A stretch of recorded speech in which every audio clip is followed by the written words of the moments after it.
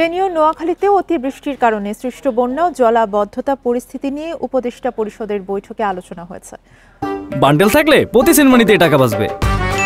বিকাশ send money bundle কিনে জিতুন প্রতি লেনদেনে।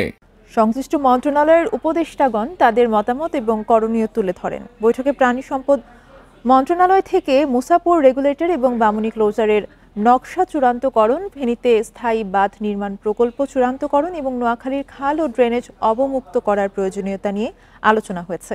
এর পাশাপাশি দুর্যোগ মোকাবেলায় বিশ্ব ব্যাংকের অর্থায়নে এই দুই জেলার ক্ষতিগ্রস্ত বাঁধ মেরামত, তীর প্রতিরক্ষা ও পানি নিয়ন্ত্রণ অবকাঠামো মেরামতের কাজ চলমান রয়েছে বলেও উপদেষ্টা মণ্ডলীকে জানানো হয়। এছাড়া এই বৈঠকে বাংলাদেশে জাতিসংঘের মানবাধিকার বিষয়ক হাই কমিশনারের কার্যালয়ের মিশন স্থাপন সংক্রান্ত সমঝোতা স্মারকের খসড়া চূড়ান্ত অনুমোদন, মালয়েশিয়ার জোহর বাহরুতে বাংলাদেশের নতুন কনস্যুলেট জেনারেল স্থাপনের প্রস্তাব অনুমোদন এবং জাতীয় ক্রীড়া পরিষদ অধ্যাদেশ 2025-এর খসড়া নীতিগত ও চূড়ান্ত অনুমোদন দেওয়া হয়েছে।